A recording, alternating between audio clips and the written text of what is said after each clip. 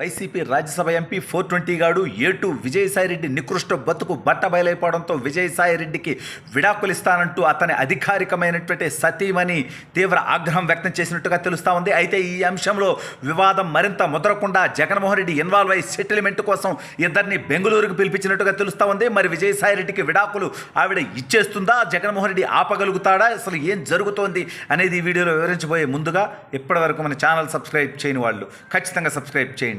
ఇక విషయానికి వస్తే విజయసాయిరెడ్డి అనేటువంటి వాడు ఎంతటి పండుకోతో ఎంతటి దౌర్భాగ్యుడో ఎంతటి నీచపు భాష వాడతాడో మనందరికీ తెలుసు.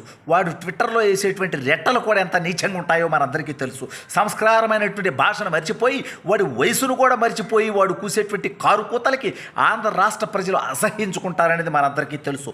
వాడు స్వయంగా వాడు పుట్టిన ప్రాంతం నెల్లూరులో ఎంపీగా పోటీ చేస్తే 2.5 లక్షల ఓట్లతో ఓడగొట్టి వాడిని పరిగెత్తించినటువంటి విషయం కూడా రాష్ట్ర ప్రజలందరికీ తెలుసు.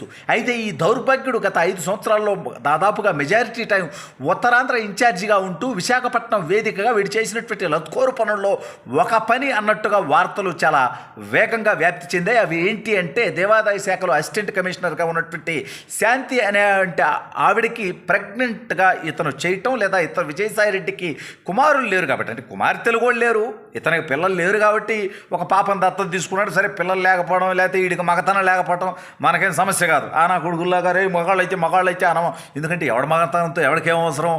పరిపాలన చక్కగా చేయటం, ప్రజలకు ఇచ్చినటువంటి హామీలు నెరవేర్చడం, ప్రజారంజకంగా పరిపాలించడం, ప్రజలకు సంక్షేమం అందించడం నాయకుల లక్ష్యం అవ్వాలి తప్ప ఎవడి మగతనం ఎవరికి కావాలి? ఈ నా కొడుకులు పిచ్చి కోతలకు వస్తారు కానీ వైసీపీ వాళ్ళు. సరే, ఇదంతా పక్కన పెడదాం. అయితే ఈ దౌర్భాగ్యుడి మీద స్వయంగా ఆ శాంతి గారి, ఆవిడ మహిళ, ఆవిడని మనం తప్పటట్లా, కానీ ఆవిడ భర్త బయటకు వచ్చి చేసినటువంటి ఆరోపణలు విజయసాయిరెడ్డికి మగబిడ్డ కావాలని కోరుకోవడం ద్వారా నా భార్యతో ఈ రకంగా బిడ్డని కన్నాడు, దీనికి DNA టెస్ట్కి రావాలి అని చెప్పి అతను చాలా బలంగా మాట్లాడుతున్నటువంటి మాటలు. దాంతోపాటు విజయసాయిరెడ్డి కోట్లాది రూపాయలు తన భార్యకి ఇచ్చాడని చెప్పి కూడా కొన్ని ఆరోపణలు. విజయసాయిరెడ్డి భూదందాలకు కూడా నా భార్య దేవాదాయ శాఖ అసిస్టెంట్ కమిషనర్గా అనేక రకాలుగా సహకరించిందనేటువంటి ఆరోపణలు. సరే, ఇవన్నీ పక్కన పెడదాం. విజయసాయిరెడ్డి నికృష్ట బతుకు తెలిసి, ఇతను తెల్ల గడ్డపు వైజాగ్ బతుకు తెలిసి, ఏది గడ్డపు బతుకు తెలిసి, ఇతను తెల్లగడ్డం బతుకు తెలిసి అప్పట్లోనే భారతీరెడ్డి గారి దగ్గరికి విజయసాయిరెడ్డి గారి భార్య కుమార్తె వెళ్ళి విశాఖపట్నంలో ఇతను వెలగబడుతున్నటువంటి ఘనకార్యాలు చెప్పడంతో భారతీరెడ్డి గారు ఉత్తరాంధ్ర ఇన్ఛార్జిగా అతన్ని తొలగించి మళ్ళీ వైవి సుబ్బారెడ్డి గారిని ఉత్తరాంధ్రకి పంపించినట్టు కూడా ఆ రోజుల్లోనే వార్తలు వచ్చినటువంటి విషయం మీ అందరికీ తెలుసు. నేను కొత్తగా చెప్పట్లా. విజయసాయిరెడ్డి గారిని పీకేశారు కదా ఉత్తరాంధ్ర ఇన్ఛార్జిగా.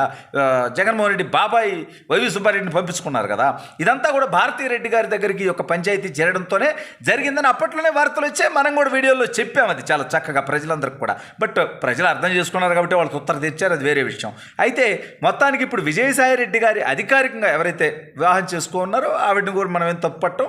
ఆవిడ ఒక మహిళ, పెద్ద వయసు ఆవిడ కాబట్టి ఆవిడ నేను తప్పడం. కానీ ఈ వయసులో విజయసాయిరెడ్డి దాదాపు 70 ఏళ్ళ వయసు వచ్చిన తర్వాత ఇతను చేసేటువంటి నికృష్ట పనులు, ఇతని వికృత చేష్టలు, ఇతని వికారపు భాష చూసిన తర్వాత విజయసాయిరెడ్డి గారి సతీమణి, అదేవిధంగా దత్తత తీసుకున్నటువంటి కుమార్తె ఇద్దరు కూడా విజయసాయిరెడ్డి నుంచి దూరం జరగటం కోసం, అంటే విజయసాయిరెడ్డి గారి భార్య విజయసాయిరెడ్డి గారితో విడాకులకి సిద్ధమైపోయి బంధుమిత్రులందరితో కూడా చర్చించడంతో జగన్మోహన్ రెడ్డి ఈ విషయం బయటకు పోతాయి. అంటే జగన్మోహన్ రెడ్డి ప్రతి డెకాయిట్ పనుల్లో ఏవన్నైతే ఈ విజయసాయిరెడ్డి అనేవాడు ఏటు. జగన్మోహన్ రెడ్డి దగ్గర, రాజశేఖర రెడ్డి దగ్గర కేవలం చార్టెడ్ అకౌంటెంట్గా, వాళ్ళ దగ్గర ఒక CAగా, ఒక అకౌంటెంట్గా జాయిన్ అయ్యి వాళ్ళు చేసేటువంటి అవినీతి, అరాచకాలు, దోపిడీ, దుర్మార్గాలు, మనీ లాండరింగ్లు, విదేశాల్లో అక్రమంగా సంపాదనని దాచుకోవటం, ఎక్కడ క్విడ్ ప్రోకోల్ చేయటం, వీటన్నిటికీ కూడా విజయసాయిరెడ్డి ఇచ్చినటువంటి డైరెక్షన్తో, సలహాలతో, సూచనలతో అతను చేశాడని జగన్మోహన్ రెడ్డి. అందుకే జగన్మోహన్ రెడ్డి A1గా ఉంటే తన కేసులన్నింటిలో కూడా విజయసాయిరెడ్డి A2గా ఉన్నాడు. కాబట్టే జగన్మోహన్ రెడ్డి తన గుట్టులు ఎక్కడ బయటపడతాయో అని చెప్పి రాజకీయాలకు సంబంధం లేనటువంటి విజయసాయిరెడ్డిని వాళ్ళకు వచ్చినటువంటి మొట్టమొదటి రాజ్యసభ అవకాశంతోనే విజయసాయిరెడ్డిని రాజ్యసభకు పంపించి ఇతన్ని ఒక బ్రోకర్గా వాడి ఢిల్లీలో ఇతని ద్వారా లాబింగ్ చేసుకొని చివరికి జడ్జిల్ని కూడా కొనేటువంటి నికృష్ట ప్రయత్నం చేయడం కూడా మనందరికీ తెలుసు.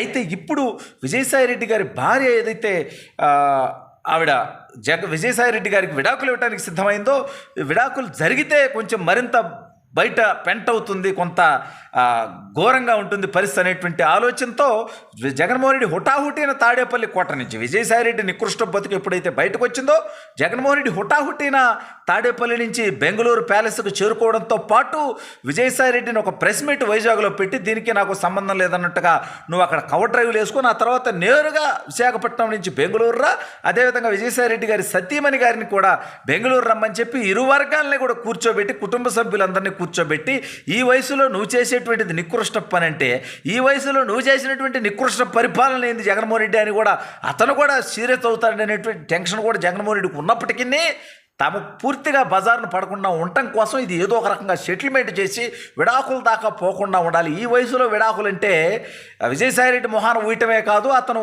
వైఎస్ఆర్ కాంగ్రెస్ పార్టీలో ఉన్నందుకు జగన్మోహన్ రెడ్డికి సన్నిహితుడైనందుకు జగన్మోహన్ రెడ్డి మొహాన కూడా ప్రజలు వస్తారనేటువంటి ఆలోచన ఉన్నటువంటి జగన్మోహన్ రెడ్డి మొత్తానికి వారి కుటుంబ సభ్యుల మధ్య ఒక సఖ్యత ఏర్పరిచి విజయసాయిరెడ్డి విడాకులు కాకుండా ఆపేటువంటి ప్రయత్నాల్లో ఉన్నట్టుగా తెలుస్తోంది.